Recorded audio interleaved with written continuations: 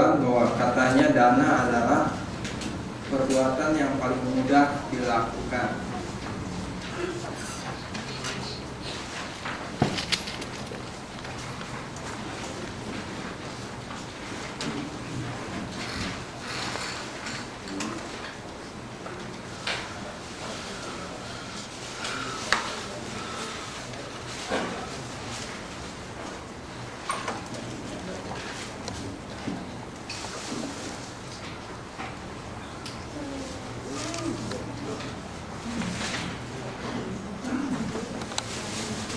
Dana merupakan perbuatan baik yang mudah dilakukan karena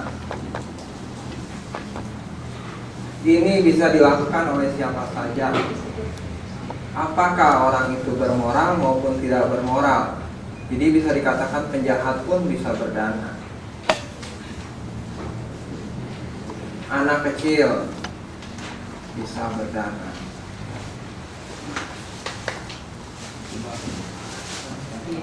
Orang miskin juga bisa berdana.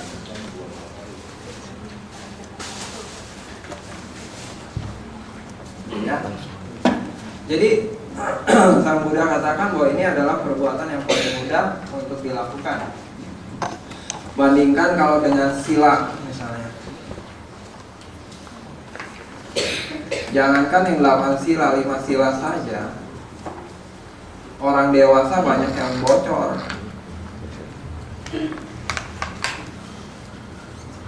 Apalagi anak kecil.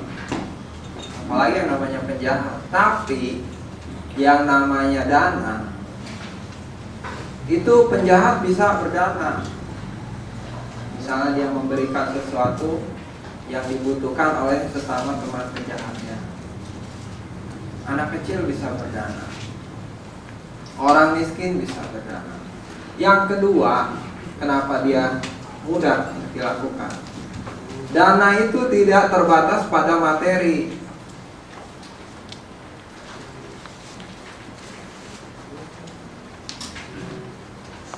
Pada benda. Tapi banyak hal itu bisa kita danakan. Ya. Yang kedua dikatakan orang miskin itu harus banyak berdana. Loh, orang miskin materinya terbatas, tapi sangat dianjurkan oleh Sang Buddha untuk lebih banyak berdana. Karena apa? Orang menjadi miskin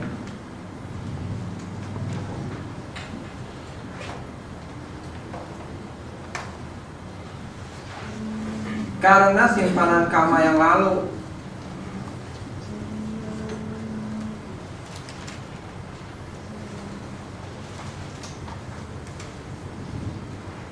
Dia tidak suka berdana.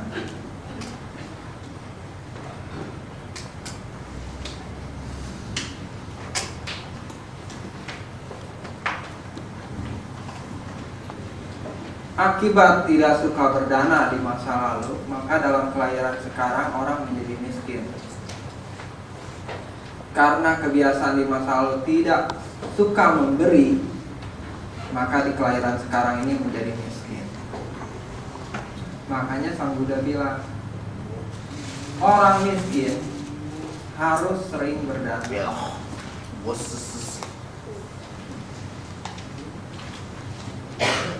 Ya.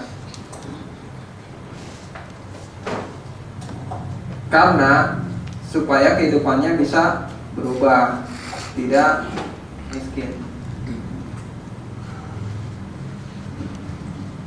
Jelas? Nah, lalu apakah pengertian berdana sekarang?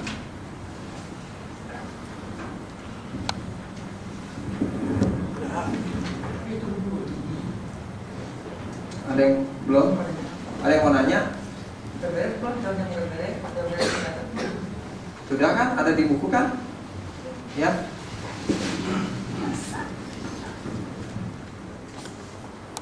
Ada yang pertama yang secara umum. Secara umum itu yang berlaku atau pemahaman yang dipahami oleh masyarakat secara umum, secara luas.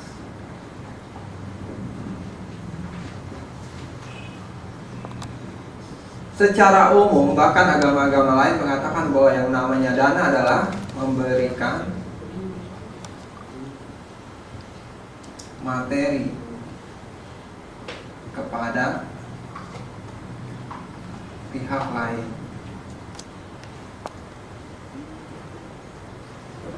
Misalnya menyumbangkan sejumlah uang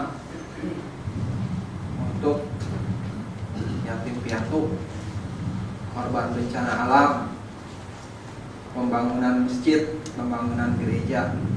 Nah, mereka katakan itu dana.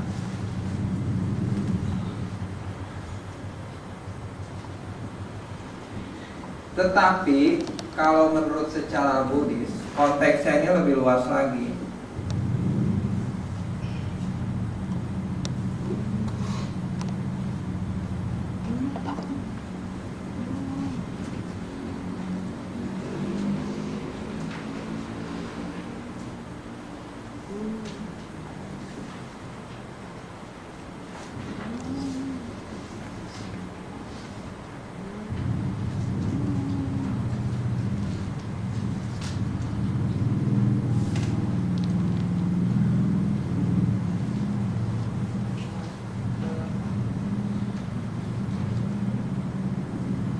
Jadi kalau secara Buddhis memberikan sesuatu kepada yang membutuhkan dengan tulus ikhlas, ya. Jadi kalau misalnya saya memberikan sesuatu, tapi seseorang itu sebenarnya tidak membutuhkan, itu tidak dana. Tetapi memberikan sesuatu yang dia butuhkan, nah itu dana. Tapi juga harus ada sikap batin yang dinamakan tulus ikhlas, tanpa pamrih.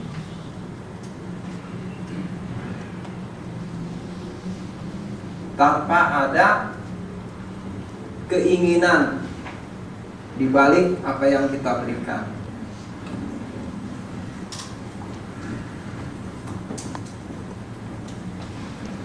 Itu yang secara Buddhis, ya. Jadi skopnya dia lebih, kalau Sang Buddha itu selalu memberi definisi itu lebih rinci, lebih jelas kedudukannya.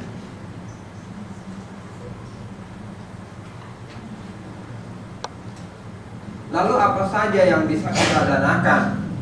Itu kan?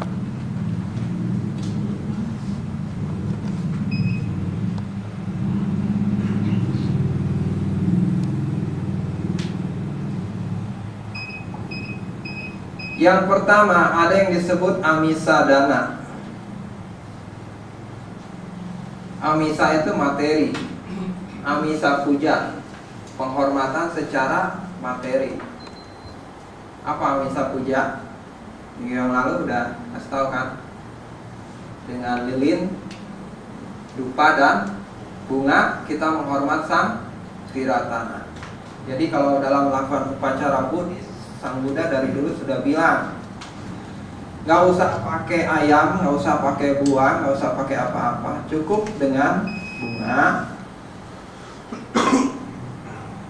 lilin, dan dupa.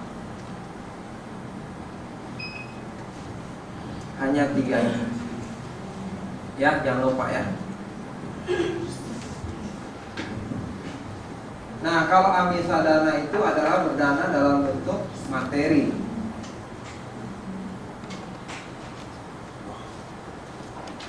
Dana materi itu benda-benda. Jadi sesuatu yang fisiknya terlihat, yang bisa kita raba, bisa kita pegang, bisa kita lihat.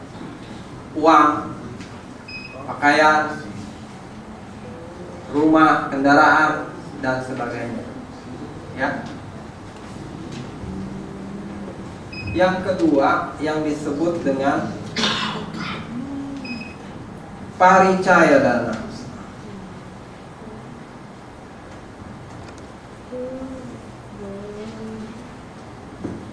Apa itu paricaya? Paricaya adalah dana tenaga. Jadi kita, setiap orang punya tenaga. Misalnya kita bantu angkatin kursi ketika ada suatu acara keagamaan. Nah itu dana. Ya. kita bantu bersih-bersih, beres-beres ruangan supaya enak diadakan upacaranya, itu dana. Yang ketiga yang disebut dengan abaya dana.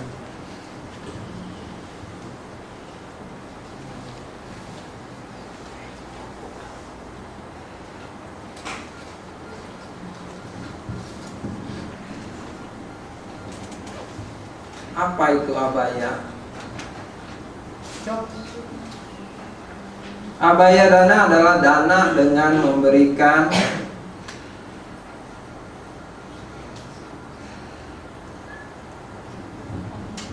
perasaan aman,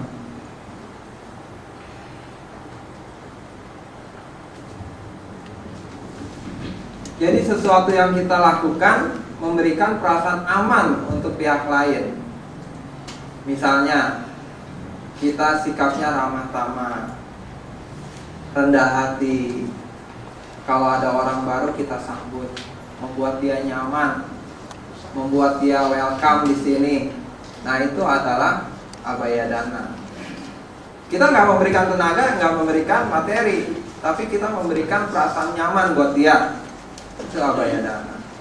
Di jalan kita lihat paku atau misalnya pecahan kaca, kita singkirkan. Itu abaya dana. Karena kita tahu kan, kalau orang sampai menginjak pecahan kaca atau paku ini, itu akan menimbulkan luka, gitu kan, berbahaya buat orang. Itu adalah abaya dana. Atau ada juga seseorang misalnya bersalah sama kita, telah melakukan suatu kesalahan, kita maafkan. Sudahlah, kamu sudah saya maafkan, saya tidak marah sama kamu. Itu memberikan perasaan nyaman buat dia. Itu mengurangi perasaan menyesal buat dia. Nah, kalau kita bisa melakukan seperti itu yang dikatakan adalah abaya dana. Dana dengan memberikan perasaan aman, perasaan nyaman buat pihak lain. Yang keempat, dhamma dana.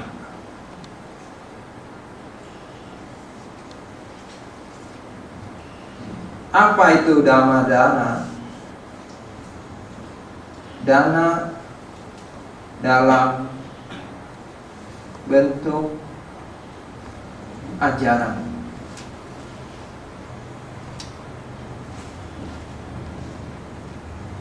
Ajaran yang seperti apa? Apakah misalnya kita kalau mengajarkan, ayo bunuh saja dia karena dia tidak satu keyakinan dengan kita. Apakah itu dhamma dana? Oh, tidak apa-apa kalau ngambil barangnya kelompok itu, karena kelompok itu mah orangnya kaya-kaya. Ya, kadang ada pola-pola pikir seperti itu. Itu memang ajaran dan seringkali disampaikan di dunia masyarakat gitu. Cuma apakah ajaran yang seperti itu yang dikatakan dhamma dana? Sang Buddha membatasi, menjelaskan bahwa yang disebut dhamma dana adalah dana dalam bentuk ajaran yang mengarah pada pengikisan loba, dosa, moha.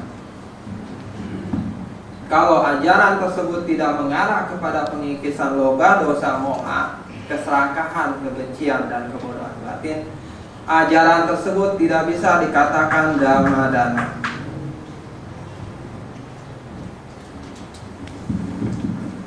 Ada yang mau tanya? Silakan.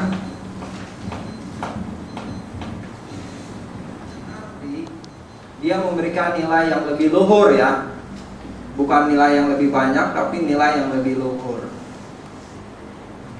Sang Buddha katakan dhamma dana adalah yang terbaik.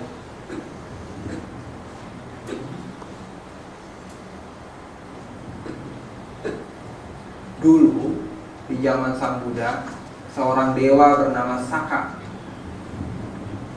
Tahu dewa Saka ya?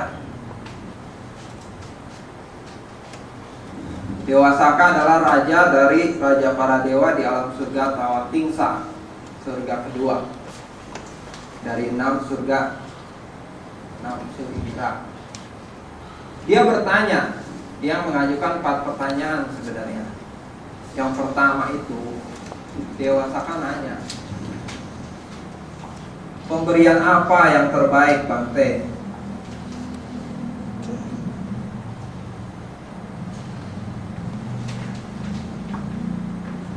Ini yang pertama ya. Yang kedua, rasa apa yang terbaik?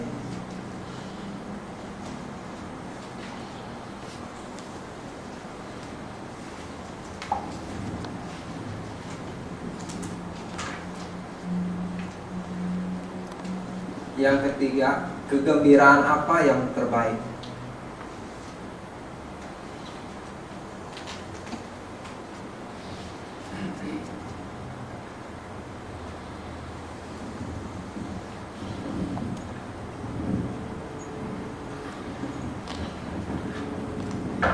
Yang keempat, mengapa pencapaian arahat adalah yang terbaik?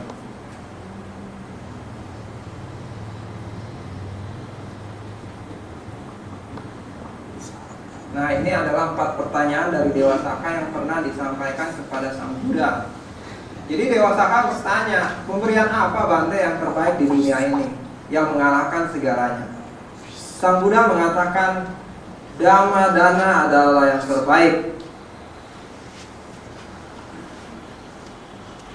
Lalu Sang Buddha membandingkan, bila katanya seseorang berdana jubah biku, makanan, obat-obatan, bahkan wihara dalam jumlah yang begitu banyak, yang ditumpuk sampai setinggi alam Brahma, nilainya tidak akan, atau nilainya lebih kecil. Ini kalau lebih kecil begini ya, dari 1/256 dana dhamma meskipun dalam bentuk 4 syair. Hanya 4 syair. 4 syair ajaran gitu ya. Jadi Sang Buddha mengatakan, meskipun katanya Upasaka Anathapindika menyumbangkan wihara Jetawana itu dalam jumlah yang sangat banyak, yang ditumpuk sampai setinggi alam Brahma, nilainya tidak akan melebihi dana dhamma yang meskipun hanya dibabarkan dalam 4 syair ajaran. Dewasaka bertanya, kenapa sampai begitu? Sang Buddha menjelaskan, orang bisa berdana, orang bisa berbuat baik, semuanya karena dhamma. Karena dia mengerti dhammalah seseorang mau berbuat baik. Karena mengerti dhammalah seseorang mau berdana. Karena mengerti dhammalah seseorang mau menjalankan moralitas atau sila. Jadi Sang Buddha katakan bahwa dhamma dana adalah yang tertinggi. Karena orang sudah mengerti dhamma, ini akan dibawa dalam setiap kehidupan dan kelahiran di masa yang akan datang. Pengertian ini tidak akan hilang begitu saja. Bahkan kecenderungannya orang akan mencari. Seperti bapak-bapak, ibu-ibu mungkin di sini, kalau dirunut ada sebagian mungkin yang dulu waktu kecil bukan beragama Buddha, tapi karena simpanan karma di masa lalu, yang pernah belajar dhamma dan pernah juga pasti mengajarkan dhamma, maka dalam kehidupan sekarang terkondisikan untuk ketemu lagi dhamma, ya. Jadi saya pesan, jangan ragu, kita kalau sudah mengerti dhamma, meskipun dalam pengertian yang sederhana, itu bisa disampaikan minimal kepada anggota keluarga kita, kepada teman dekat kita. Ya. Jadi Sang Buddha katakan bahwa pemberian dhamma ini mengalahkan pemberian lainnya. Lalu Sang Buddha juga menjelaskan, bila seseorang mengorganisir, mengatur sehingga banyak orang bisa terkondisikan mengenal dhamma, ini juga jasanya tidak terbayangkan. Ini jasanya melebihi dari perbuatan baik lainnya. Ya. Saya lihat di sini juga ada rekan-rekan yang mau berjuang mengkondisikan orang-orang mengerti dhamma. Itu jasanya yang sangat luar biasa. Ya. Jadi dhamma dana adalah yang terbaik. Nah, rasa apa yang terbaik? Kata Sang Buddha katakan rasa dari dhamma, rasa dari kebenaran. Kegembiraan apa yang terbaik? Kegembiraan dalam dhamma. Gitu ya. Mengapa pencapaian arahat adalah yang terbaik? Karena ini terbebas dari loba dosa moha dan kemelekatan. Pada prinsipnya sebenarnya ajaran Sang Buddha itu cuma satu.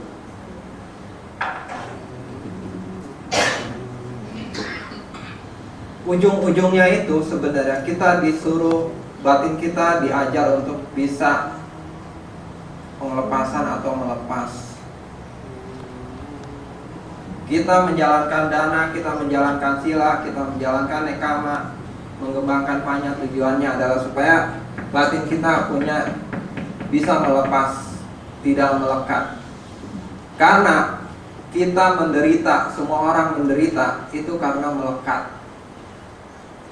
Ada yang melekat kepada keinginan, ada yang melekat pada harta benda, kedudukan dan segala macam.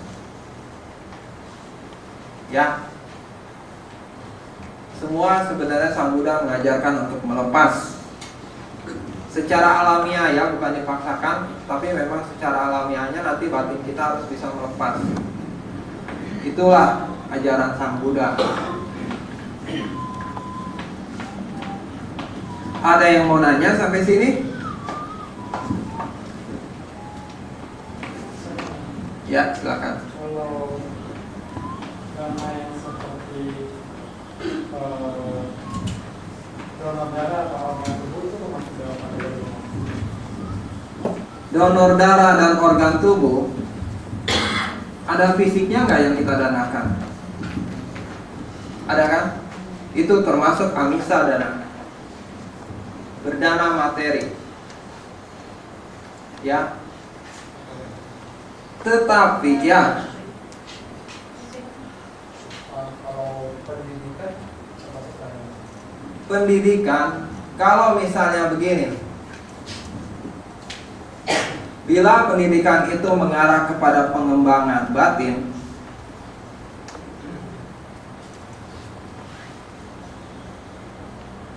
meskipun sifatnya masih duniawi, misalnya seseorang menjadi lebih cerdas, logika dia lebih berkembang, sehingga dia bisa menganalisa, mengevaluasi. Hal-hal seperti ini bermanfaat nggak kalau kita belajar dhamma?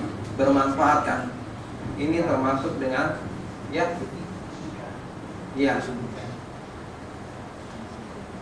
ini bisa dikategorikan termasuk dalam dhamma dana.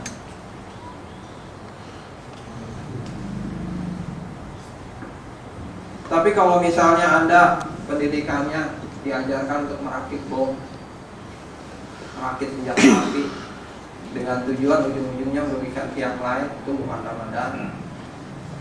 Meskipun dalam bentuk ajaran, meskipun dia mengajarkan seperti itu nggak dibayar sukarela, bukan, itu bukan dhamma dana. Ya. Jadi kita lihat lagi, pendidikan ini sifatnya mengarah kemana? Kalau pendidikan ini mengarah kepada sifatnya kematangan seseorang, sehingga dia daya pikir analisa dia berkembang, pola pikir logika dia secara benar bisa berkembang, itu bisa bermanfaat.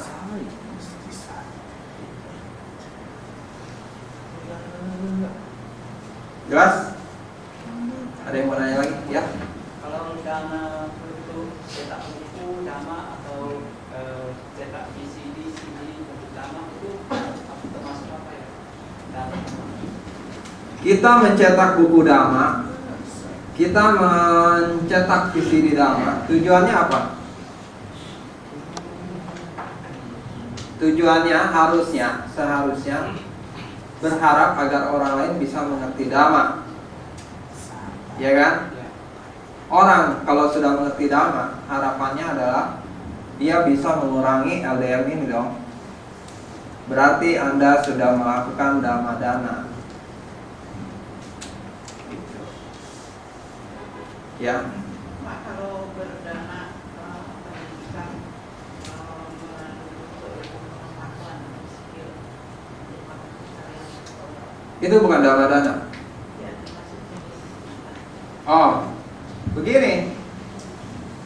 Kalau yang kita lihat secara umum ini, apa yang kita dapatkan pendidikan, kita kan harus bayar. kalau yang sukarela Yang sukarela, yang sukarela itu termasuk dengan paricaya dana.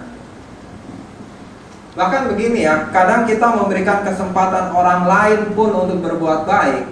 Misalnya gini, ada orang ingin berdana sama kita.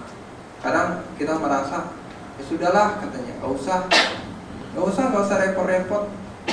Sampai dia akhirnya sudah siapkan dana, niat dia tersia-sia. Nah, kita nggak berdana, nggak memberikan kesempatan dia untuk berbuat baik. Kita juga harus beri kesempatan orang untuk berbuat baik sama kita. Itu adalah salah satu dana. Tapi juga jangan salah, jangan kita memanfaatkan orang. Ayo saya kasih kesempatan kamu berbuat baik, berdanalah pada saya sebanyak-banyaknya. Nggak boleh begitu. Itu bukan berdana lagi, itu namanya serakah, meres, malah. Saya sering dipalak soalnya. Yang ketawa yang kurang paham. Nah, Kalau berdana ada maksudnya? oh ya, begini ya. Kadang ada orang-orang tertentu, misalnya kita datang ke wihara untuk memberikan ceramah dhamma, untuk memberikan dhamma kelas, tapi dia punya pengharapan, ya semoga saya dikasih uang saku, atau saya mau ke wihara itu karena amplopnya besar. Itu bukan dhamma dana. Itu jual dhamma. Dan jangan pernah menjual dhamma. Karena kalau Anda menjual dhamma, berarti Anda menghina dhamma. Kalau menghina dhamma, yang masuknya ke alam niraya. Bertemulah dengan Dewa Data di sana. Ya, jangan pernah punya motivasi memberikan dhamma ada embel-embel uang. Jangan pernah. Biar cuma 10.500 perak. Jangan. Kalau kita mau memberi dhamma, tolong lakukan dengan tulus ikhlas, dengan rasa hormat kepada Sang Buddha. Kita memberi ini bukan karena Anda, tapi saya hormat sama Sang Buddha. Itu. Jangan mengejar materi. Gitu. Dalam hal apapun jangan pernah mengejar materi untuk dhamma. Ya. Niraya itu alam rendah, alam-alam neraka gitu. Nanti di bumi 31 itu diajarkan neraka itu ada 8 neraka besar, dan total seluruhnya ada 136 neraka. Ya. Ya. Kalau tentara lama, misalnya tentara lama di wihara, dia emang nggak mengharapkan dapat angpau gitu ya, tapi kan ada ongkos terus dikasih angpau, dia terima itu. Ya nggak apa-apa, kan dia nggak minta. Cuma kalau nggak dikasih dia jangan gerendeng, gitu. Atau terus dia nggak mau datang lagi. Iya. Atau dia pilih-pilih, oh wihara ini mah wihara orang kaya, wihara sana wihara terpencil, dananya pasti kecil. Kalau dia minta diantar jemput, Dia minta diantar jemput, ya nggak masalah dong. Kalau misalnya dia nggak punya kendaraan gimana? Gitu. Ya Pak. Saya ingin menanyakan antara ini dana seperti dana buku ya, antara pengarang sama yang dana cetak buku, nilai mana yang lebih tinggi, siapa yang lebih tinggi, dan bagaimana dibandingkan dengan yang membabarkan dhamma? Begini, suatu perbuatan baik itu tidak semata-mata seberapa besar materi yang kita sumbangkan. Ya, nanti sebentar lagi masuk, karena itu juga nanti ada hubungannya dengan nilai manfaat, hubungannya nanti dengan kehendaknya seperti apa, gitu ya. Itu banyak faktor. Sama tergantung misalnya moralitas Anda sendiri yang berdana seperti apa, itu berbeda-beda. Itu menentukan kualitas. Cuma pada prinsipnya, kalau misalnya dalam satu buku dhamma untuk memang benar, buku dhamma yang benar ya, tujuannya memang supaya orang-orang ini mengerti dhamma. Siapapun yang terlibat di situ, meskipun kelihatannya sumbangsinya kecil, kelihatannya ya, tapi secara prinsip itu besar. Ya. Makanya tadi saya katakan orang yang mengorganisir pun, yang cuma menyediakan fasilitas yang membantu, yang mengarahkan orang-orang, di sini loh ada dhamma kelas, itu aja udah besar sekali. Sang Buddha katakan itu adalah jasa yang luar biasa besar. Ya. Jadi sebentar Pak, kita bahas nanti. Nah, kita sekarang masuk kepada faktor-faktor yang menentukan kualitas dana. Yang keberapa? Keempat ya.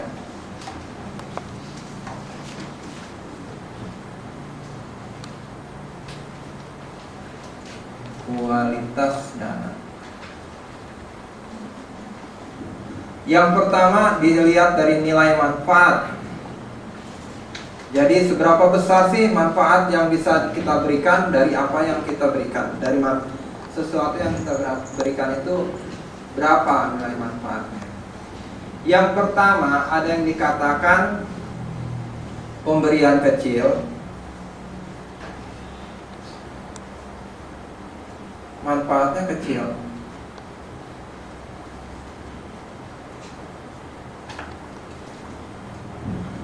Pemberian kecil dalam arti jumlah kuantitasnya itu sedikit, tidak banyak. Dan kalau kita berikan pun manfaatnya kecil. Misalnya kita ngasih uang gope sama pemabuk, tukang mabok, kita kasih daripada ribut ambil deh buat lo, pergi. Itu kecil, tapi ya tetap dana, tetap nanti menghasilkan akibat. Apalagi ada yang bisa, pokoknya yang sifat-sifatnya kecil lah. Misalnya ngasih sepotong roti sama anjing. Iya Pak, silakan. Nanya, mau tambahin? Yang tadi berdana kepada seorang yang melanggar sila seperti mabok atau sesuatu yang melanggar sila, bukankah itu kita secara langsung memberikannya kesempatan untuk melakukan perbuatan melanggar sila lain? Iya, begini. Tujuan kita ngasih 500 perak itu nggak boleh dong kita berpikir nih buat lo beli bir. Jangan. Kita harus berpikir, ya sudah, ini kamu saya kasih 500 dalam pikiran ya, semoga ini bermanfaat untuk kamu.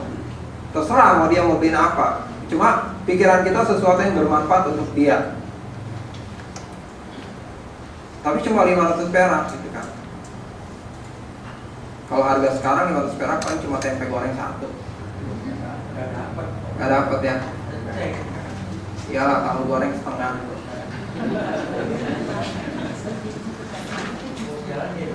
Yang kedua, pemberiannya besar.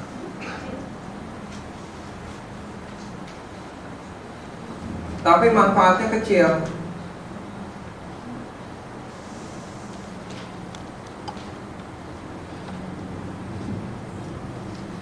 Dalam menyediakan materinya tuh butuh dana besar, butuh jumlah uang yang banyak. Tapi sebenarnya manfaatnya kecil. Apa contohnya? Kita sering dengar Agnes Monica mengadakan pesta ulang tahun dengan biaya 2 miliar. Ya kan? Bunga Citra Lestari menikah dengan biaya 2 miliar. Besar loh ini. Dia kan mengundang-undang itu kan supaya orang juga bisa makan, ikut bergembira dengan kegembiraan dia.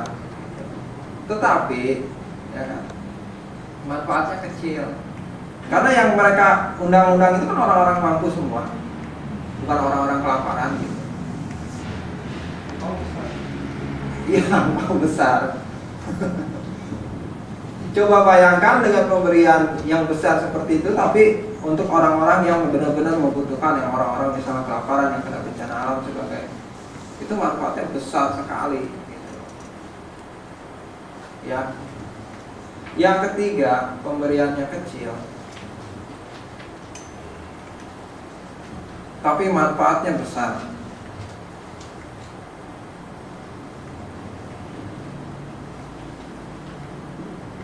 Misalnya, setiap minggu saya sering lihat di wihara ini orang jauh-jauh datang ke wihara untuk berdana. Cuma membawa satu macam makanan, kue pisang, segala macam. Ditujukannya untuk sangga, untuk biku. Nah, itu kan mereka itu bisa hidup, tertunjang hidupannya kalau kita mau berdana untuk mereka kan. Itu manfaatnya besar. Jadi jangan malu kalau misalnya Bapak Ibu datang ke sini cuma membawa sepotong roti, itu nggak masalah. Yang penting kita berpikir bahwa roti ini saya bawa untuk menunjang kehidupan biku, kehidupan sangga. Karena apa? Kalau sangga kebutuhannya sudah tertunjang oleh kita, sangga bisa membabarkan dhamma kemana-mana, ya kan? Sangga juga bisa melatih batin dia menjadi lebih baik. Jadi dana yang kecil dari kita itu manfaatnya besar. Ya. Kalau di zaman dulu ada cerita Bante Anuruddha di kelahiran yang lalu pernah terlahir menjadi seorang yang sangat miskin. Sehari cuma makan 1 kali sepiring nasi doang. Satu kali dia ketemu dengan seorang paceka Buddha. Begitu ketemu, dia langsung pulang ke istrinya, tolong istriku, mana jatah makan siangku? Cuma sepiring doang. Kalau dia nggak makan hari itu, ya udah, dia nggak makan, nunggu besok gitu. Tapi dia danain ke paceka Buddha. Nah, inilah yang disebut dana kecil, manfaatnya besar.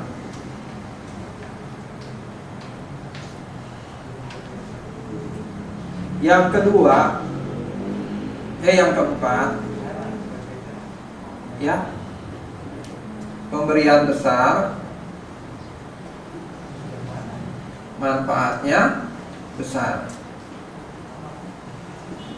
Secara materi yang dikorbankan atau secara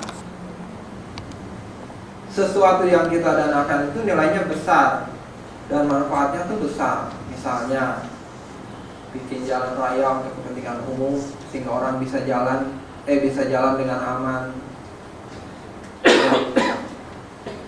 Kita bangun rumah sakit gratis sehingga banyak orang-orang yang membutuhkan tertolong.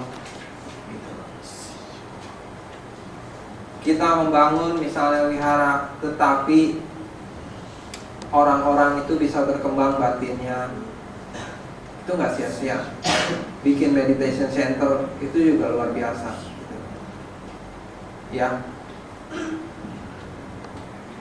ini adalah pemberian besar, manfaatnya besar.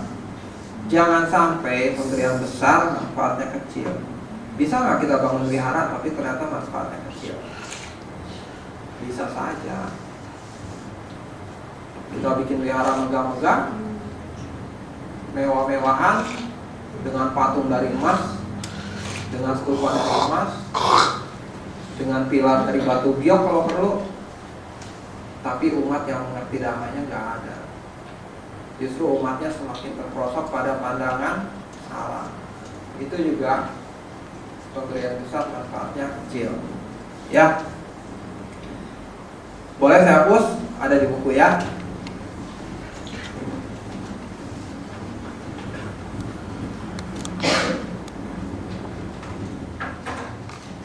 Dari kualitas barang yang kita danakan.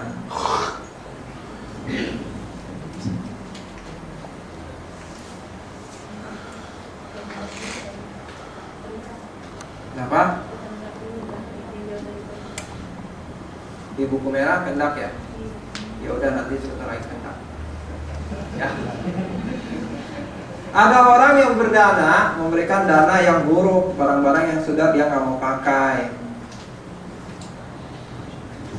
Jadi kalau barang itu sudah tidak saya pakai, ya sudahlah, daripada saya buang, saya danakan. Kan ada orang begitu ya. Saya mah nggak mau dana yang bagus-bagus, atau yang bagus mau buat saya sendiri. Ini aja buat kamu nih, yang jelek.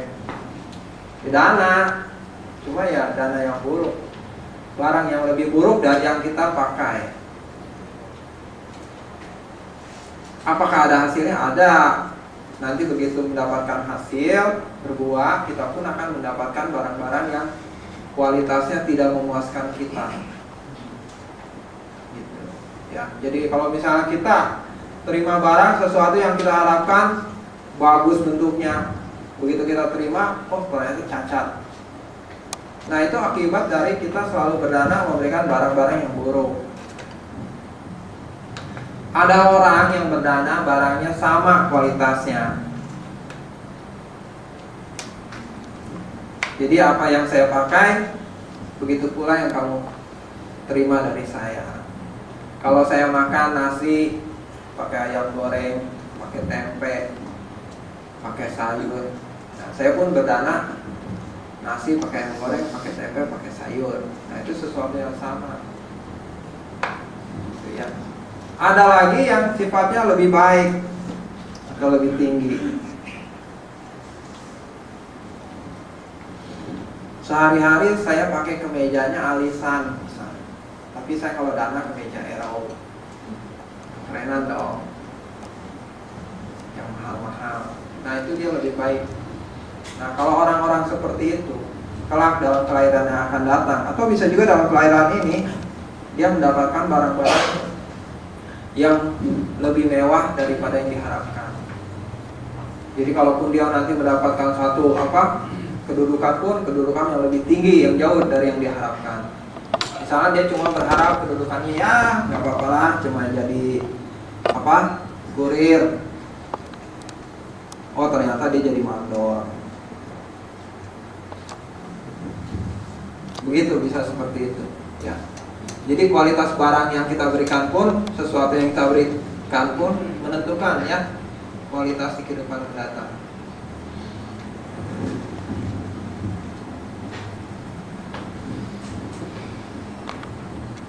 Yang ketiga, motivasi.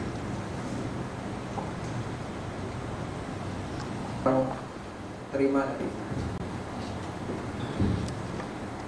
Misalnya, saya dana 1 juta dengan harapan nama saya dicap di tiang depan itu, supaya tiap orang yang datang ke Wihara Dhamma Cakra tahu, Wihara Dhamma Cakra dibangun oleh si Triawan. Saya dana 5 juta supaya nama saya ada di bawah patung sama Buddha. Kecil nggak apa-apa, tapi orang kalau pasang lilin ngeliat, patung Buddhanya dari Triawan. Ya, kalau orang punya pamrih-pamrih seperti itu, ini dinamakan dana dengan kualitas rendah, dengan motivasi rendah. Akibatnya apa? You kalau terlahir nanti akan menjadi seorang sugati ahetuka pugala. Apa itu sugati ahetuka pugala? Sugati adalah alam bahagia.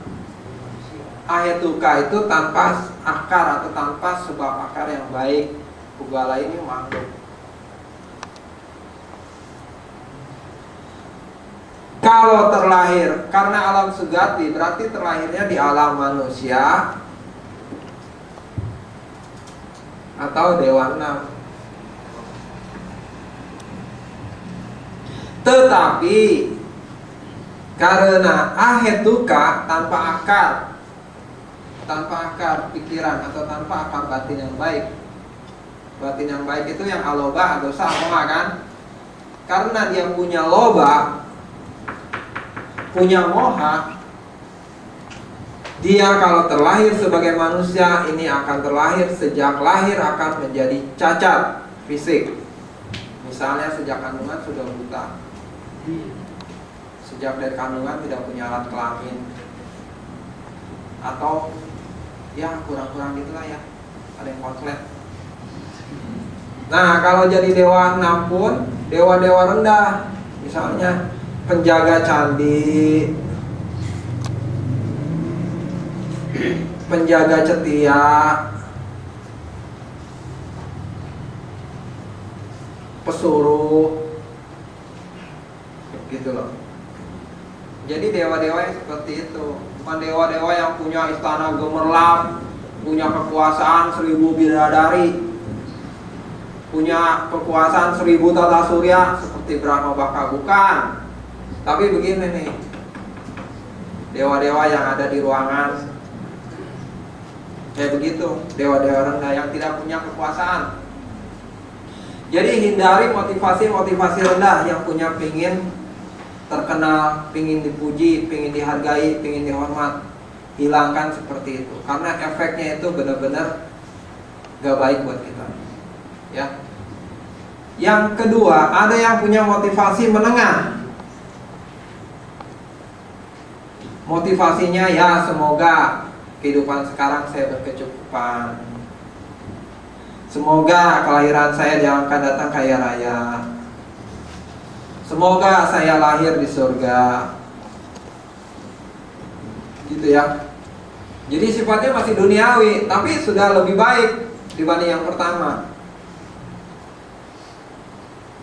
Silakan saja, itu motivasi yang menengah. Ya semoga dengan dana ini saya bisa dapat kerjaan yang bagus,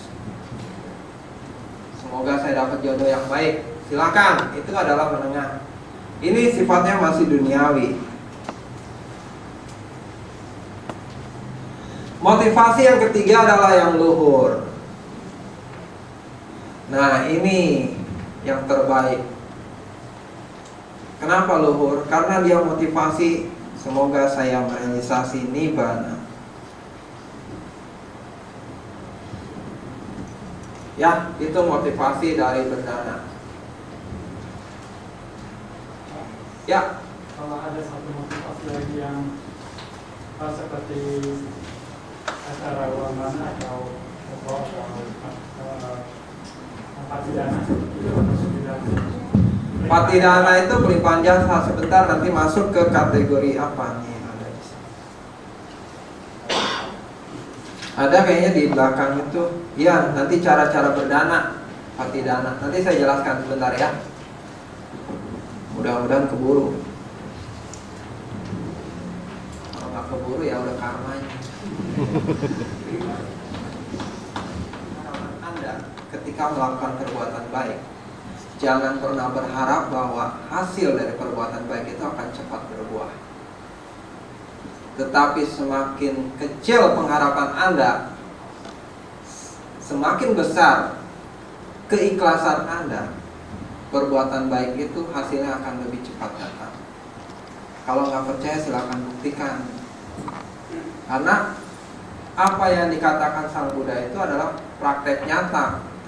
Makanya kalau saya bilang, Pak, saya dana diubah ke PAD, tapi saya minta tahun depan udah berbuah hasilnya. Ya memangnya saya menentuin hukum karma. Kalau saya menentuin bisa, tapi nggak bisa. Itu adalah udah hukum mutlaknya alam semesta seperti itu. Pernah nggak merasakan sesuatu yang tidak pernah kita harapkan tiba-tiba muncul depan kita, tapi sesuatu yang sangat kita harapkan nggak pernah dapatkan? Orang menderita karena mengejar sesuatu yang diharapkan. Makanya Sang Buddha bilang, tanha itulah sumber penderitaan. Keinginan rendah itulah yang sumber penderitaan, kemurkaan. Ya. Jadi jangan disamakan hukum karma dengan hukum bisnis, Pak.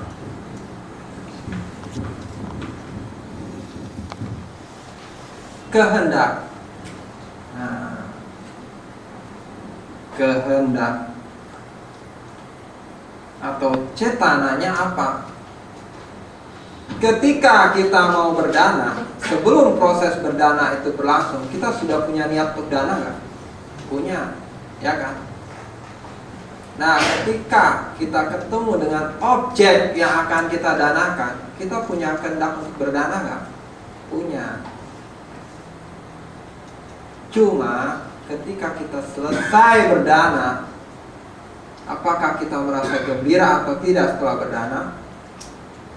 Itu yang nggak pasti. Jadi kehendak dalam berdana itu harus terdiri dari 3 masa, ya. Masa sebelum proses berdana itu harus ada kehendak atau cetana yang kuat.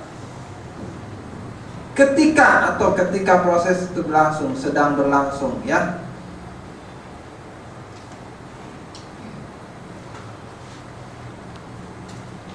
Dan yang ketiga adalah sesudah.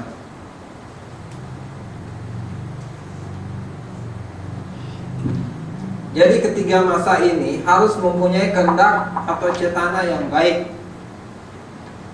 Jangan sampai ada orang misalnya begini, dia cuma terdiri dari 2 ini yang baik, yang ininya jelek.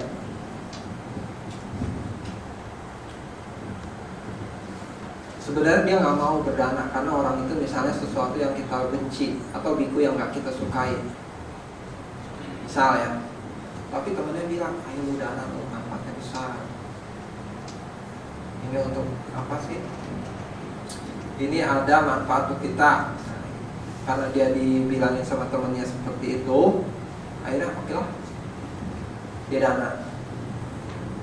Dan sesudahnya, ya saya sudah bisa melepas tanpa penyesalan. Tapi ada juga orang ketika berdana, sesudahnya ini menyesal. Kehendaknya nggak bagus, penyesalan kan kehendaknya nggak bagus kan, nyesal gitu loh. Awalnya dia udah bawa dari rumah udah seneng nih, udah dibeliin kue mangkok yang paling mahal, yang warnanya juga paling ngejreng, kamu ngejreng dong, yang paling menarik, rasanya paling enak, didanain sama biku, seneng bikunya udah terima, aduh saya udah berdana. Tapi jeleknya apa? Dia ngelirikin terus tuh dana yang diterima sama biku. Bikunya piara anjing, kasih anjing.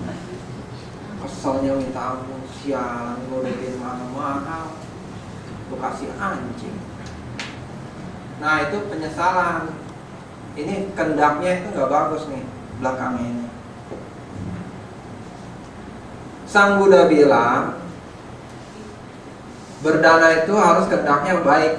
Jadi dana itu begini ya. Dana ada yang disertai dengan perasaan senang,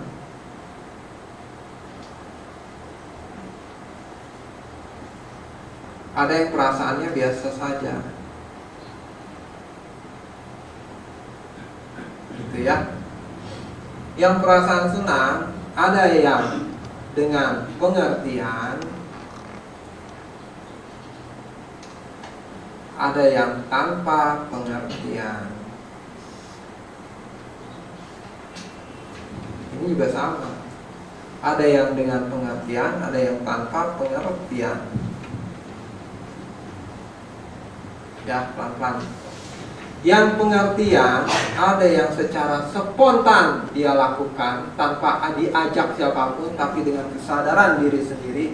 Ada yang diajak. Ini juga sama, ada yang spontan, ada yang diajak. Ini juga sama, ada yang spontan, ada yang diajak. Spontan dan diajak. Gitu ya. Mana yang paling baik? Saya nanya. Terbaik dan mana yang terburuk kualitasnya? Yang terbaik adalah berdana dengan perasaan senang, diimbangi dengan pengertian dan secara spontan kita lakukan dengan kesadaran pribadi sendiri. Itu adalah yang terbaik, yang kelak kalau berbuah akan menghasilkan nilai yang paling tinggi. Tetapi kalau kita berdana dengan perasaan biasa saja, tanpa pengertian, tidak tahu manfaat dana itu untuk apa, dan diajak lagi, dipaksa-paksa, diseret-seret baru mau ke wihara. Nah, itu adalah yang paling rendah. Tapi tetap akan ada akibat. Ya.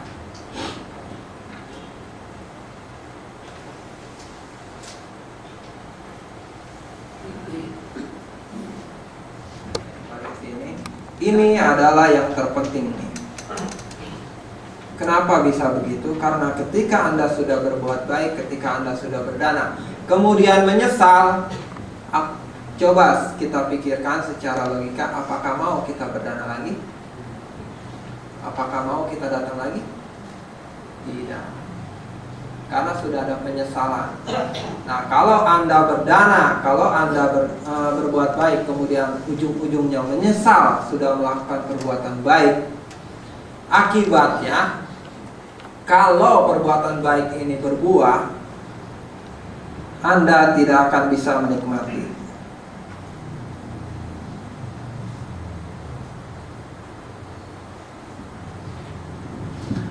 Kalau Anda terlahir kaya, tapi Anda senangnya pakai baju-baju murah, baju-baju sobek, sepatu sobek. Tujuannya apa? Tujuannya supaya kekayaan saya nggak habis. Jadi ada watak pelit. Bukan watak karena pengen hidup sederhana ya, tapi karena memang pelit. Itu akibat kita berdana karena ada perasaan menyesal. Di zaman Sang Buddha itu di Sawathi dulu ada cerita orang kaya, dia punya 400 juta kahapana, dulu mata uang dulu ya, kahapana namanya. Itu kalau orang sudah punya 400 juta kahapana itu dia boleh dibilang konglomerat, mahaseti. Dan kalau raja tahu, raja bisa menganugerahkan gelar bendahara raja karena kekayaan dia 400 juta. Cuma meskipun dia punya 400 juta ini, orang nggak pernah mengira bahwa dia punya 400 juta, karena dia hidup dari kereta kudanya yang jelek, yang bocor sana sini. Dia makan juga nasi basi, gitu loh. Dia pakai baju dari karung. Nah, ketika dia mati, raja baru tahu ternyata di rumahnya yang gubuk itu ada kekayaan nilainya 400 juta kahapana. Nah, raja bertanya pada Sang Buddha, mengapa Bante bisa ada orang terlahir seperti itu? Sang Buddha lalu menceritakan kelahiran yang lalu dari orang tersebut. Jadi kelahiran yang lalu dari orang tersebut itu pernah berdana pada seorang Paceka Buddha. Namanya saya lupa, Tagarasiki apa namanya. Cuma ketika dia sudah berdana, dia nyesel. Wah, kalau gitu lebih bagus saya kasih makanan itu bukan ke Paceka Buddha, tapi pembantu-pembantu saya, katanya, karyawan-karyawan saya, karena lebih ada kelihatan gitu loh. Kalau saya kasih makan dia, kelihatan kerjanya. Kalau Paceka Buddha kan enggak. Jadi ada penyesalan. Jadi jangan pernah kita berbuat baik, ujung-ujungnya penyesalan, tidak baik. Ya. Ada yang mau nanya? Ya, silakan. Ini misalnya kemarin kita ambil satu kasus ya. Kemarin saya ketemu teman sportan, jumpa, dia panggil saya, dia jumpa duduk, ngobrol. Saya tahu dua teman saya ini tukang minum, pemabuk berat, tapi mereka kemarin pakai tas, dia bilang kita mau Sukabumi ya, mau ke Indramayu, ada urusan penting, tolong kan tambahin ongkos saja. Spontan saya kasih sedikit duit. Nah, tapi saya bukan rasa menyesal. Tapi setelah saya kasih, saya pulang, saya khawatir jangan-jangan mereka berbohong, nanti bikin minum. Kalau bikin minum kan termasuk saya ikut berdosa gitu. Untuk minum gitu. Itu gimana? Begini Pak, ketika Bapak ketemu teman Bapak itu yang 2 orang itu, dia menceritakan masalahnya kan, saya mau ke Indramayu, saya kekurangan uang, tolong dong bantu saya ongkos. Tercetus nggak Bapak berpikir bahwa saat itu bahwa kalau saya kasih uang dia akan mabuk-mabukan? Tidak. Tidak kan? Tidak. Jadi motivasi Bapak tuh murni ingin bantu dia, bukan motivasi untuk supaya dia bisa beli minuman. Iya, iya. Itu ala dana. Itu dana yang baik itu. Terus yang akhirnya dosis. Nah, seharusnya ketika Bapak sudah proses dana itu berlangsung, Bapak harus bisa melepas. Seperti 2 minggu lalu katakan oleh Pak Henry, seperti orang buang hajat. Yuk kalau kita udah berak itu jangan dipikirin tainya lari kemana, mesti dilepas gitu. Yang penting motivasi saya ketika saya memberi kepada dia itu untuk membantu dia, untuk kebaikan dia kan, gitu loh, supaya dia nggak jalan kaki dari sini ke Indramayu. Nah kalau sudah berpikir seperti itu nggak perlu ada penyesalan. Masalah nanti uangnya ternyata benar-benar gitu dipakai untuk beli minum, urusan dia, bukan urusan kita lagi. Kualitas dana kita nggak berkurang. Tapi apakah kita nggak ikut bersalah itu? Oh tidak dong, tidak. Justru dia lebih bersalah. Kalau benar lo dipakai mabok, gitu, ya. Nggak, itu nggak masalah Pak. Ada lagi? Yang kelima, nah ini yang terpenting yang kelima.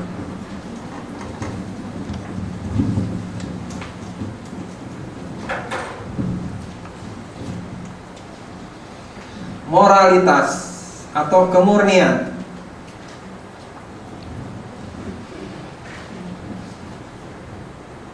Yang pertama, pemberi moralitasnya jelek. Moralitasnya jelek, saya dalam kurung ya. Penerima moralitasnya jelek.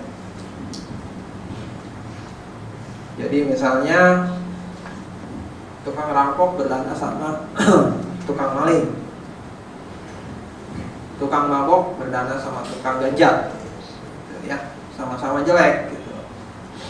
Yang kedua, pemberi moralnya jelek.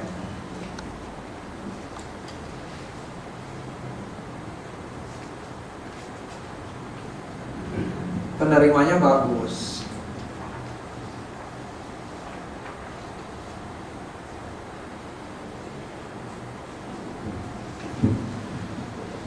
Misalnya koruptor berdana sama saga, tukang maling berdana sama piku yang silanya bagus, ya. Bagus jeleknya ditentukan oleh moral ya, ingat ya, saya bicara di moral. Jadi kalau bikunya silanya nggak bagus ya berarti Anda berdana pada yang ini, meskipun dia pakai jubah biku ya. Yang ketiga, pemberinya apa? Bagus. Pemberinya bagus, moralnya bagus, penerimanya jelek.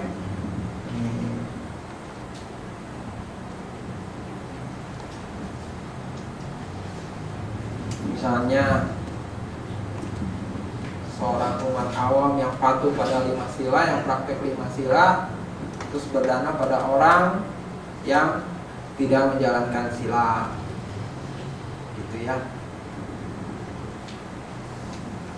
Atau misalnya umat awam yang praktek sila memberikan makanan kepada macan. Macan moralnya bagus kan? Macan moralnya bagus kan? Kok pada diam sih? Hah? Gak bagus kan, jelek ya? Kenapa bisa begitu?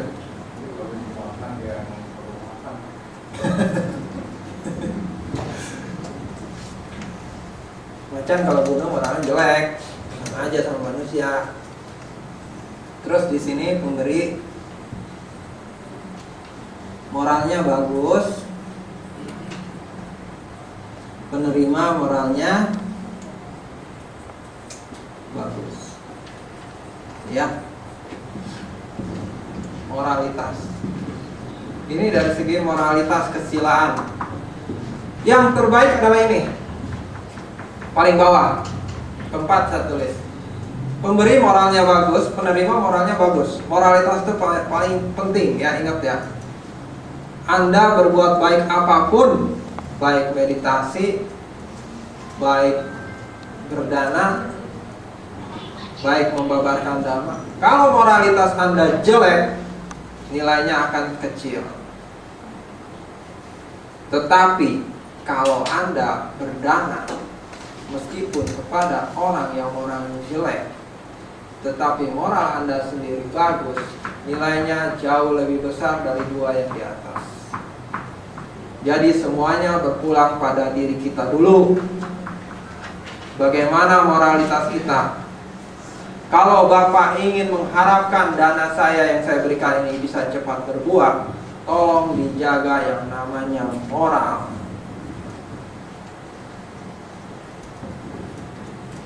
Tidak membunuh, tidak mencuri, tidak menggelapkan uang, tidak berbuat asusila, tidak berkata-kata yang tidak benar, dan tidak mengkonsumsi makanan dan minuman yang menimbulkan ketagihan dan menyebabkan lemahnya kewaspadaan. Tolong jaga 5 sila. Ini tolong dijaga, karena ini adalah kunci keberhasilan Anda dalam kehidupan. Apapun yang Anda inginkan, kalau Anda menjaga 5 sila ini, saya jamin akan tercapai. Tidak perlu takut. Tolong jaga moral itu dengan tulus, dengan ikhlas, dengan penuh rasa hormat. Ya, karena 5 sila ini ditunjuk langsung oleh Sang Buddha. Ini ibarat tanah yang sangat subur.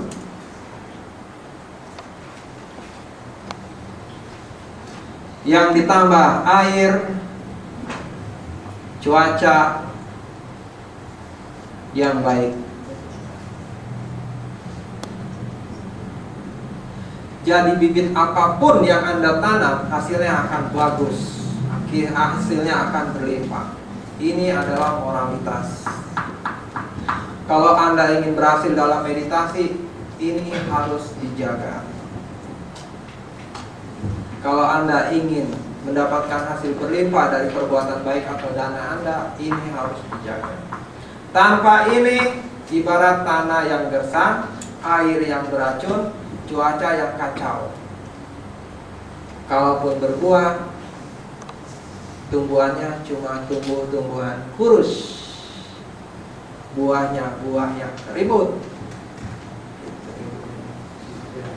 Ya, yang ngajar kurus.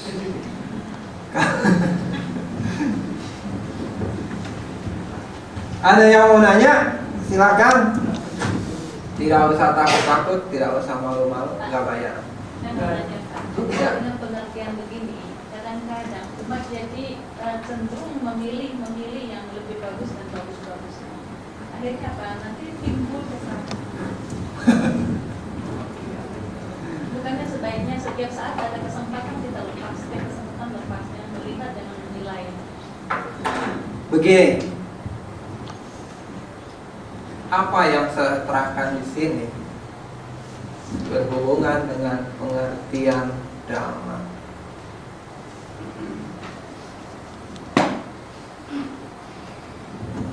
Atau yang disebut dengan panya. Tadi saya sudah sebutkan perbuatan dana yang diikuti perasaan senang dengan pengertian dan dilakukan dengan spontan. Orang bisa melakukan hal seperti itu karena dia sudah mengerti 5 hal ini.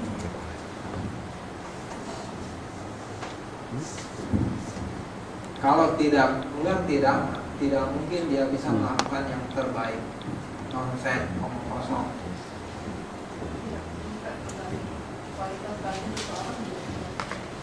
Orang bisa mudah melepas, tingkat pengelepasannya tinggi karena dia mengerti Dhamma, karena dia punya panya. Ya, ujung-ujung makanya tadi Sang Buddha katakan Dhamma adalah yang tertinggi. Kalau sampai orang mengerti Dhamma dan dia bisa melakukan dana dengan kualitas tertinggi, meskipun jumlahnya sedikit, tapi didukung oleh moralitas yang baik, kehendak yang kuat dan baik, motivasi yang baik, kualitas barangnya meskipun sedikit tapi paling baik, nilai manfaatnya besar, itu akan menghasilkan buah yang besar. Ya, ada lagi? Ya, silakan Pak.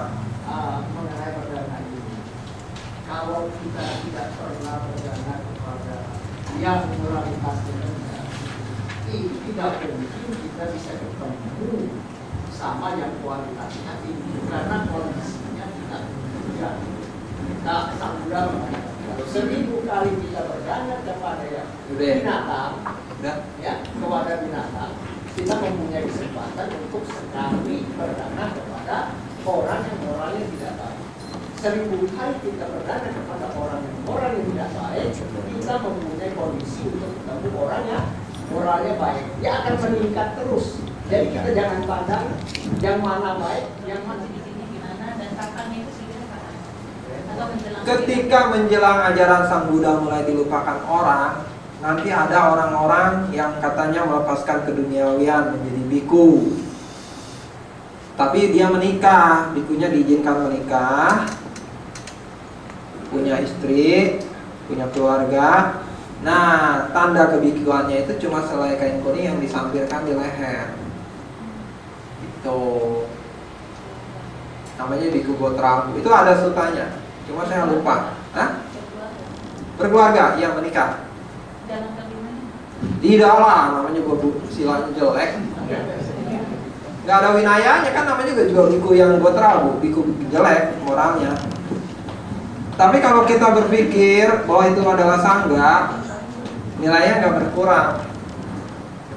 Nah, apa yang tadi diterangkan oleh Pak Pat, sebenarnya ada yang mau diterangkan di sini. 14 objek, dan di buku merah ada kan? Dimulai dari Sang Buddha, Paceka Buddha, Arahat siswa Sang Buddha, terus Arahatamaga atau mereka yang berpraktek untuk meraih kearahatan, Anagami, Sakadagami, Sotapanna, Sotapati Maga, dan seterusnya sampai yang terakhir tuh binatang atau hewan. Anda bisa ketemu dengan Sang Buddha harus dimulai dengan berdana kepada hewan. Tidak mungkin orang yang punya simpanan parami yang sedikit ketemu seorang yang paraminya besar seperti Sang Buddha. Bohong. Anda harus punya parami yang cukup untuk ketemu seorang sama Sang Buddha. Dari mana parami-parami yang cukup itu? Mau nggak mau harus berdana pada yang kecil-kecil dulu, yang rendah-rendah dulu. Ibarat gedung bertingkat tidak mungkin dimulai dari tingkat 10. Pasti ada lantai dasar, bahkan ada pondasinya. Gitu pula dengan